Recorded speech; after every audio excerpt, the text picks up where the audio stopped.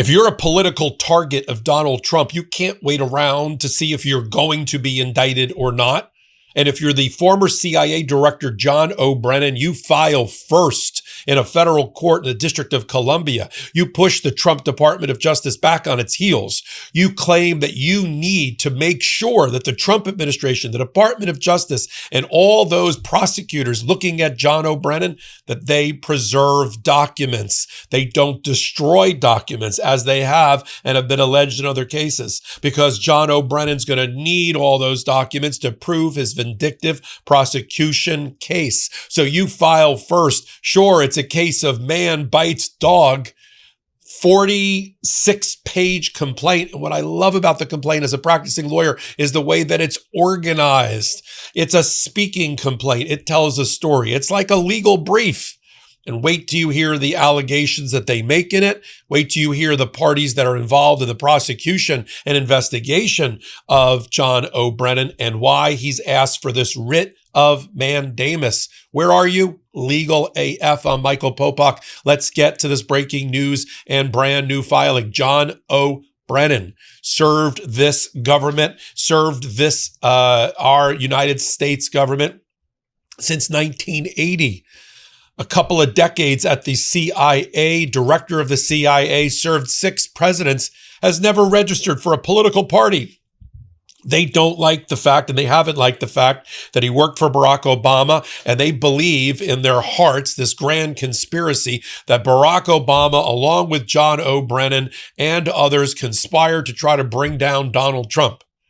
And now they have people in the administration and in the Department of Justice who have been out on Fox News for years claiming that John O'Brien is somehow a criminal, that he somehow conspired to falsely accuse Donald Trump of colluding with the Russians. Let me explain Russian collusion for you just for a moment. It's that the Trump administration or the Trump campaign drafted behind work by Russian agents and others to try to tear down Hillary Clinton and get Donald Trump elected. By the way, Donald Trump got elected in the first term. It's not that they actively coordinated, but that they benefited from interference by Russia, North Korea, Iran, and others in our election. Everybody believes that. The Senate Intelligence Committee, including Do the Mar-a-Lago shuffle, wave your flag and spin. Rubio, who used to be on it, believes that. And John O'Brien testified in 2023 before Congress about something called the Steele dossier, which now has been discredited by the intelligence community. It's one piece of putative evidence that where a guy named Michael Steele generated a dossier that said all sorts of terrible things about Donald Trump.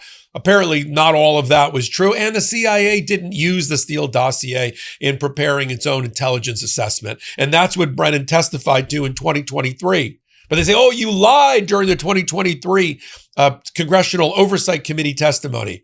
And there's a 5-year statute of limitations until 2028 in order to indict him. And they've already made it public, going on Fox News and Newsmax, Kash Patel and Todd Blanche, saying, oh, we've got a grand jury up and running down in Florida. Where? In front of Judge Cannon. Oh, yes. The favorite preferred judge of Donald Trump. Instead of 180 miles south in Miami, where the U.S. attorney is, we got to go to Cannon's backyard and set up a grand jury and issue 200 subpoenas to everybody. So John O'Brien, and we're going to put this up on legal.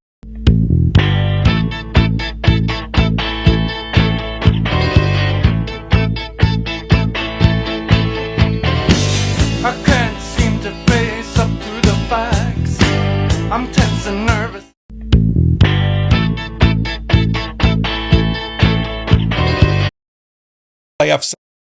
Substack today for paid members filed his complaint in the District of Columbia. Let me read to you from what they are seeking in this terms of their injunction by way of mandamus, and then which is a way to compel somebody to do something, and then we'll work backwards as to the allegations. Okay. This is on page 39 over to 41. Director Brennan respectfully requests that this court issue an order requiring defendants, that's Trump and Blanche and Patel, a guy named Joe DeGenova, we'll talk about him, a guy named Jason Redding Quinones down in Miami, we'll talk about him, that they preserve and to cause their personnel and subordinates to preserve any and all materials and communications that currently exist or that come to exist that are potentially relevant to the consideration of Director Brennan's legal and constitutional challenges to any future criminal charges. That includes all records relating to any federal investigation into Director Brennan's conduct, including that he purportedly lied on May 11, 2023, all status reports, witness statements, legal memoranda, updates, emails, and messages, prosecution memos, all communications relating to an investigation or possible prosecution of Brennan or any alleged co-conspirators, including on any AI platforms, and the like, including any communications involving Tulsi Gabbard or the current director of the CIA, John Ratcliffe, or Pam Bondi, etc. Now here's the basis for it. At or around the time that Pam Bondi was still but about to be fired as the head of the Department of Justice, a team from Miami, reports show, ended up in the Department of Justice making a presentation. It was Jason Redding Quinones, along with his everyday prosecutor, line prosecutor, Maria Meditas Long. And Maria Meditas Long, who is no longer with the Department of Justice, told the assembled group, including apparently Todd Blanche, that they did not have a strong case against John Brennan for the testimony that I just showed you to indict him for criminal lying to Congress. That did not go over well in the room. In fact, she was later transferred and fired. It's also opposite of what Jason Redding Quinones, the hand-picked U.S. attorney in Miami, who's MAGA, what he had told and prepared the Department of Justice for before he flew up, that he had a strong case. She undermined him in that room. She said, I'm doing the daily prosecution. We don't have a strong case. She is now removed. Enter Joe DeGenova. Who's Joe DeGenova? He's an 80-year-old former U.S. attorney for D.C. under Ronald Reagan, who's been out for the last 10 years going after John Brennan on Fox and Newsmax, claiming everybody's in a grand conspiracy. And now, guess what? He got picked by Todd Blanche to go after the grand conspiracy. Conflict, anybody? Is this an independent-minded, completely neutral prosecutor? Or is this somebody who's a political hack with an axe to grind, who's represented Donald Trump as his own personal criminal defense lawyer? If you want to know who I'm talking about when I talk about Joe DeGenova, here is a clip of him talking about John Brennan in a grand conspiracy a number of years ago. Play the clip. Well, former U.S. Attorney Joe DeGenova says that President Obama knew all about the FBI's targeting of President Trump and that people still don't understand the extent of the CIA's involvement. He claims that former FBI Director James Comey and former CIA Director John Brennan were the leaders of a coup to reverse the election of President Trump. One America's John Hines has more in this exclusive interview. Do people go to jail for this, and why not? People should go to jail for the Carter Page stuff, the lying on the FISA warrants, the misleading the FISA courts, submitting false documents to the FISA courts. Those are all felonious acts. For me, what matters is accountability at this point. You have two institutions that are vital to American freedom, the FBI and the Justice Department. They were completely corrupted under two attorneys general, Eric Holder and Loretta Lynch, with the authority and knowledge of the then President of the United States, Barack Obama. And you'll never forget, I'm sure, that famous Susan Rice email on Inauguration Day of Donald Trump, where she sends an email to the file memorializing that there had been a meeting on January 5th with the President of the United States, all senior law enforcement and intelligence officials, where they reviewed the status of Crossfire Hurricane, and the President announced, President Obama, that he was sure that everything had been done by the book. I must say, I want to thank Susan Rice for being so stupid and so arrogant to write that email on January 20th, because that's Exhibit A for that Barack Obama knew all about this from start to finish and was more than happy to have the civil rights of massive numbers of Americans violated so he could get Donald Trump. Now, that's been sitting down in Florida. There's a big problem with the Florida grand conspiracy prosecution and investigation. About a month ago, the United States Supreme Court, in one of its rulings, said that the venue, the location for a criminal prosecution has to be where the crime was committed.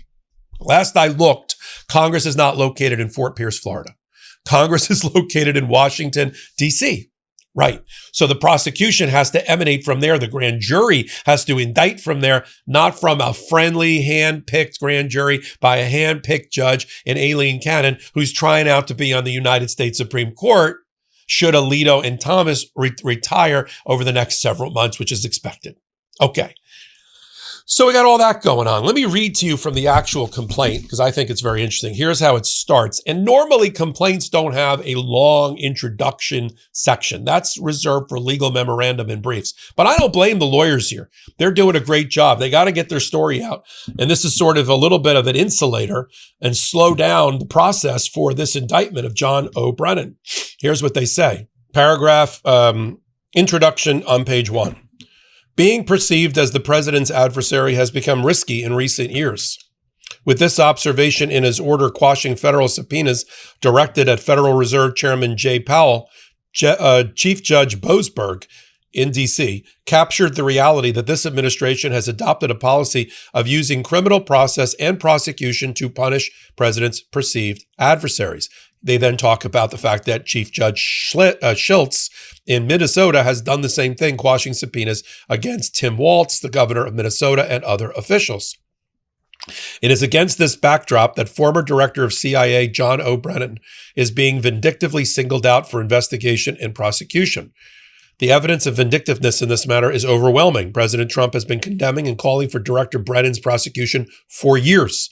Administration officials, from the acting attorney general to the FBI director and the counselor overseeing the Brennan investigations, that's Joe diGenova, have been publicly declaring Director Brennan a criminal, not only before securing a conviction, but before a full investigation and an indictment. So here's what they're seeking. This is on page 2.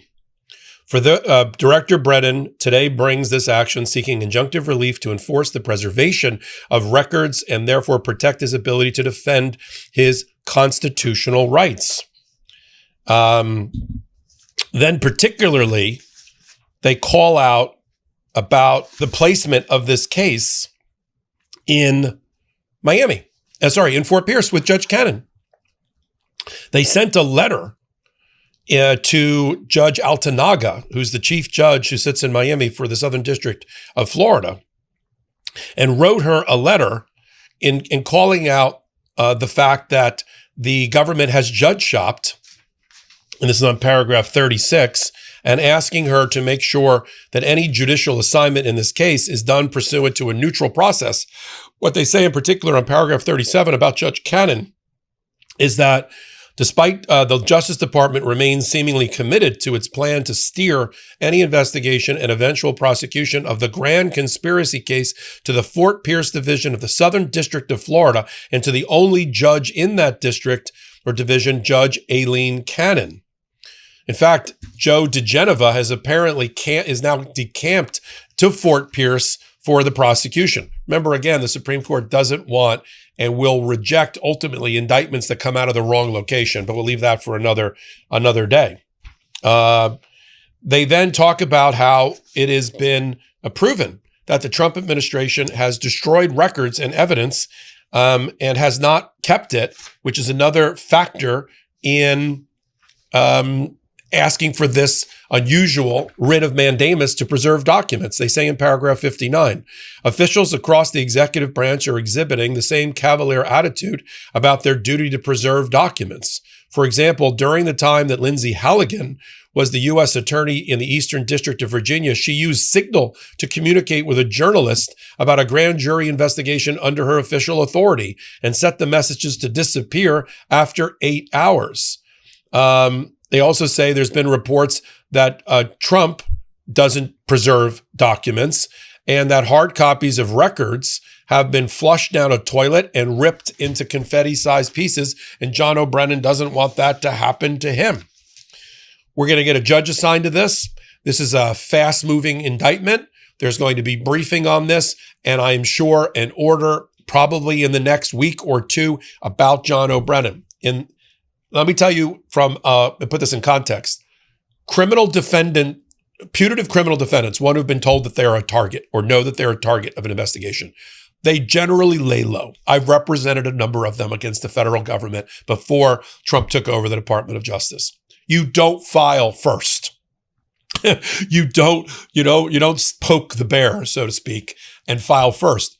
But I think this is a masterstroke by the lawyers. I'm going to try to get them on to brief our audience about this case. Masterstroke to try to go first and say, you know what? That side, the prosecution side, is not neutral, is not independent, is partisan, is biased, is known to rip up documents, is targeting our guy. We are bringing a vindictive prosecution motion as soon as we can. We need the documents to be preserved in the meantime. And let that be decided first in D.C. with a judge before they fight on whether the indictment is proper, if they even get an indictment. Because Jason Redding Quinones, the U.S. Attorney for Miami, has promised the Department of Justice that he's going to deliver John O'Brien with a red bow around him before the end of the year. They have, frankly, until first quarter of 2028 to get this indictment before the statute of limitations runs.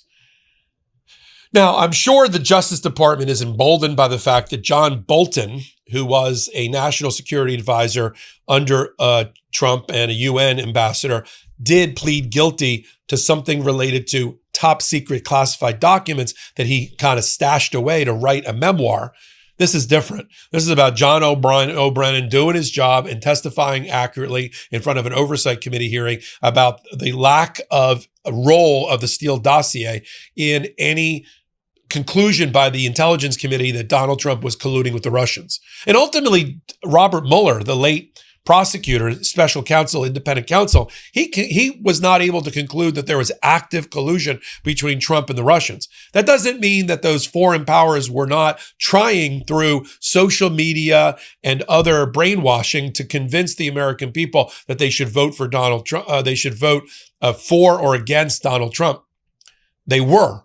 It's just that Trump's like, well, I wasn't colluding with them. That's a different story. Whether your campaign was actively coordinating, like, hey, why don't you drop this and why don't you drop that? But we all know that Trump called for, the Russians to help him. And if they had Hillary Clinton's emails, to drop them before the election. Here's a clip.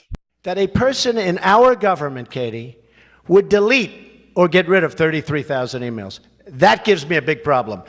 After she gets a subpoena, she gets subpoenaed and she gets rid of 33,000 emails. That gives me a problem. Now, if Russia or China or any other country has those emails, I mean, to be honest with you, I'd love to see them.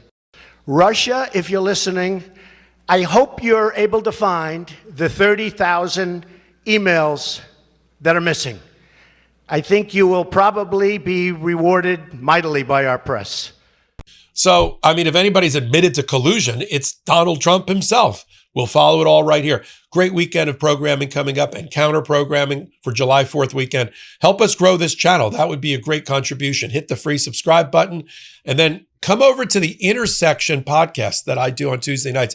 Pick up the audio version on wherever you get audio podcasts. Hit the subscribe button and hit the download button. That helps as well. Until my next report, I'm Michael Popak. Can't get your fill of Legal AF? Me neither. That's why we formed the Legal AF Substack. Every time we mention something in a hot take, whether it's a court filing or a oral argument, come over to the Substack. You'll find the court filing and the oral argument there, including a daily roundup that I do called, wait for it, Morning AF. What else? All the other contributors from Legal AF are there as well. We got some new reporting. We got interviews. We got ad-free versions of the podcast and hot takes. Where? Legal AF on Substack. Come over now to free subscribe.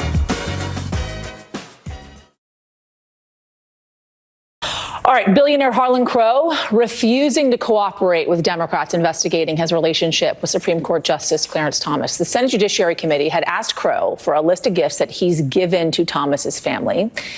In a letter to the panel, Crow's attorney said Congress, quote, does not have the constitutional power to impose ethics rules and standards on the Supreme Court. The probe stems from reports by ProPublica that Thomas failed to disclose trips and gifts paid for by Crow. Thomas called the gifts, quote, personal hospitality from a close friend, which were exempt from disclosure rules at the time. Joining me now to talk more about this, a member of that Senate committee, a Democratic senator from Rhode Island, Sheldon Whitehouse. Senator, as always, it's great to talk to you.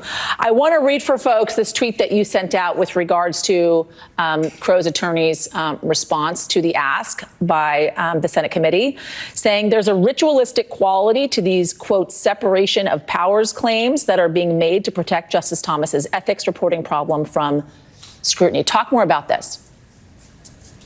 Well, the 7-page letter by the lawyers, I guess, for Harlan Crow, said that they wouldn't cooperate because the Congress had no role here. And what they failed to address is that the ethics reporting statute. The initial velocity is 0 because he was sitting. The final velocity is 1.44 meters per second. So this is something we're going to have to make up. How long was he touching Seth? 1 second. 1 second. Half a second. Half a second. That's still fine. Okay. Time initial is 0 minus time final is 1.5 seconds. Okay. So 1.44 divided by 0.5